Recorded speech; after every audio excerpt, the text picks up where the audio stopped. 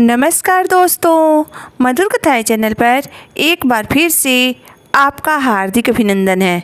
तो आज की मेरी कहानी का शीर्षक है सास के ताने। तो चलिए शुरू करते हैं आज की अपनी ये कहानी। माँ जी, मुझे कुछ और खाने के लिए ला दीजिए। सुबह सुबह यह अजवाइन मुझे नहीं भाती है। आज हिम्मत करके पल्लवी ने अपनी सासू माँ से कह दिया। तब उसकी सासू माँ रमा जी ने उसे झिड़कते हुए कहा, देख बहू, जच्चा को जो दिया जाता है वही सब मैं तुम्हें दे रही हूँ। चुपचाप खा ले, नखरे मत दिखा।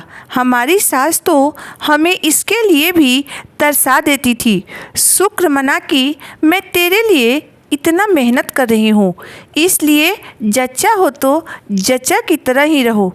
जो मिलता है चुपचाप खा लो, और हाँ, जीभ को थोड़ा बस में रखना सीखो।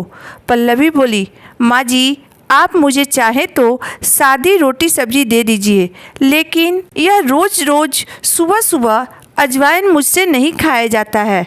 इससे मेरा पेट भी नहीं भरता है, इसलिए मुन्ने के लिए दूध भी नहीं उतर रहा है और वह बेचारा भूख के मारे रोता रहता है, ठीक से सो भी नहीं पाता है। तब रमा जी बोली, देख बहू, सुबह सुबह मुझे बहुत काम है और तू है कि मुझसे बहस करने बैठ गई है। तुझे क्या पता घर में कितना काम होता है।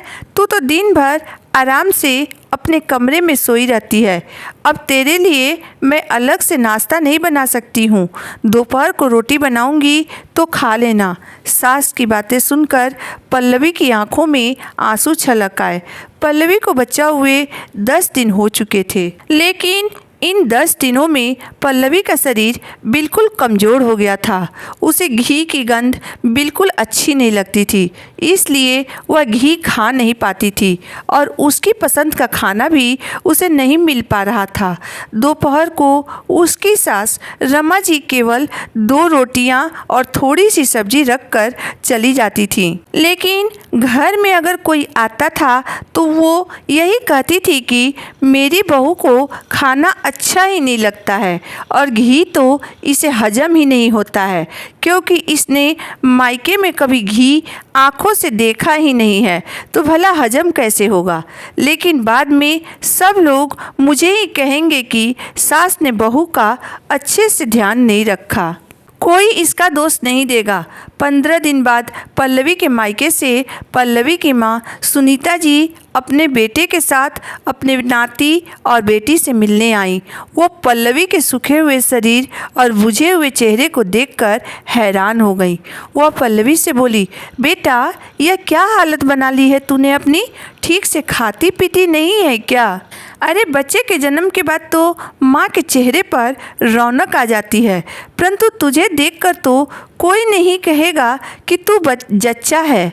माँ की बात सुनकर पल्लवी माँ के गले से लगकर फूट फूट कर रो पड़ी, लेकिन वहीं पास खड़ी पल्लवी की सास अपनी समधन जी की बात सुनकर बोल पड़ी, समधन जी, मुझे पता था कि सब मुझे ही दोष देंगे कि मैंने आपकी बेटी का अच्छे से ध्यान नहीं रखा।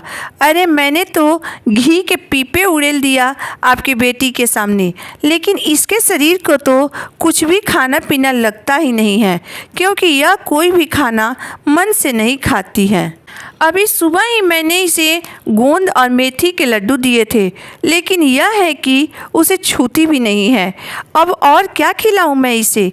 तब पल्लवी की माँ सुनीता जी बोली, समधन जी, मेरी बेटी को घी का महक पसंद नहीं है, लेकिन दूध तो वह बड़े चाव से पीती है। आप इसे दूध ही क्यों नहीं देती हैं? इस समय तो जो माँ को अच्छा लगे वही खाने देना चाहिए। माँ का जब पेट भरेगा तभी तो बच्चे को दूध पिलाएगी। पल्लवी की सास रमा जी थोड़ा मुंह बनाते हुए बोली, अरे, मुझे भी पता है कि जच्चा को क्या खिलाया पिलाया जाता है, क्योंकि मैंने भी 3 बच्चों को जन्म दिया है। मेरी सास तो 10 दिन बाद ही मुझे काम पर लगा देती थी। जो घर में बनता था वही खाना पड़ता था। मैं तो फिर भी इतना कुछ बना कर देती हूँ आपकी बेटी को, फिर भी बुराई ही मिलती है। हमारे घर में घी दूध की कोई कमी नहीं है। मेरा बेटा तो झोला भर भर कर सामान लाता है। परंतु दुनिया की यही रीत है कि सास बहू के लिए जितना भी कर ले परंतु बुरी ही कहलाती है। अगर आपको मुझ पर विश्वास नहीं है तो अपनी बेटी को अपने घर ले जाइए, देखती हूँ वहाँ से यह कितनी मोटी होकर आती है। सुनीता जी को अपनी समधन रमा जी की बात करने का तरीका बहुत चुभ रहा था, लेकिन पल्लवी की ओर देखकर उनका कलेजा भी फटा जा रहा था। वह मन ही मन सोच रही थी कि आखिर समधन जी को यह कौन समझाए कि प्यार से दी हुई सूखी रोटी भी 10 तानों के साथ दिए हुए 56 भोग से कहीं ज़्यादा शरीर में लगती है। लेकिन इस वक्त बहस करने से ज़्यादा उन्हें अपनी बेटी की चिंता हो रही थी। इसलिए वह पल्लवी और अपने नाती को अपने साथ अपने घर ले आई। मायके आकर कुछ ही दिनों में पल्लवी की सेहत में सुधार होने लगा। 1 महीने तक सुनीता जी ने पल्लवी के खाने पीने का बहुत अच्छे से ध्यान रखा। भले ही वह घी नहीं खाती थी, लेकिन फल दूध आदि के साथ अपने मनपसंद खाना मिलने से पल्लवी और उसका बच्चा दोनों स्वस्थ दिखने लगे।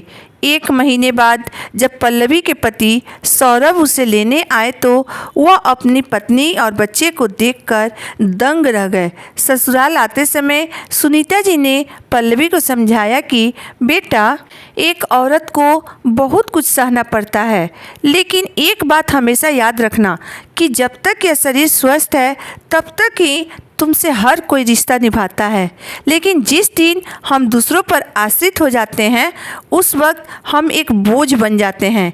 हमारे पास कोई बैठना भी नहीं चाहता है। आने वाले कल में यह स्वस्थ शरीर ही एकमात्र ऐसा साथी होता है जो हमेशा हमारा साथ निभाता है।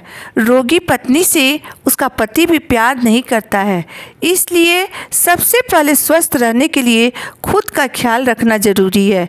अगर तुम स्वस्थ रहोगी तभी अपनी गृहस्थी अच्छे से संभाल पाओगी। कोई कुछ भी कहे, कितने भी ताने सुनाए, लेकिन अपना ख्याल तुझे खुद रखना होगा। जब पल्लवी अपने बेटे को लेकर अपने ससुराल पहुंची तो उसकी सास ने फिर से उसे ताना मारते हुए कहा, अच्छा तरीका है यह सास को बदनाम करने का। मैंने यहाँ कौन सा तुम्हारा मुंह बांध रखा था या फिर खाने पीने पर रोक लगा के रखी थी? लेकिन पल्लवी ने आज सास के बातों पर ध्यान नहीं दिया, क्योंकि आज पल्लवी को उनकी बातों और तानों से कोई फर्क नहीं पड़ रहा था। उसने मुस्कुराते हुए अपनी सास के पैर छुए और मुन्ने को लेकर घर के अंदर चली आई।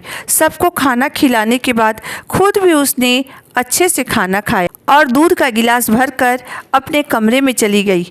उसकी सास रमा जी तीखी नज़रों से उसे देख रही थी, लेकिन अब तो रसोई बहू के हाथों में आ चुकी थी और अपनी बहू का बदला हुआ रूप देखकर उन्हें समझ में आ गया था कि अब उनके ताने काम नहीं करने वाले हैं। इसलिए अब उन्होंने पल्लवी को ताने देना बंद कर दिया और अपना मुंह बंद रखने में ही भलाई समझी। दोस्तों, स्वस्थ शरीर ही एक खुशहाल जीवन का, खुशहाल परिवार का मुख्य आधार होता है। इसलिए आप किसी और का गुस्सा अपने खाने पर मत निकालिए, क्योंकि अच्छा भोजन ही हमारे शरीर को स्वस्थ रख सकता है। इसलिए सास और ननद के तानों पर ध्यान न देकर आप अपने स्वास्थ्य का खुद ख्याल रखिए। तो कैसी लगी मेरी आज की कहानी, आप मुझे ज़रूर बताइएगा।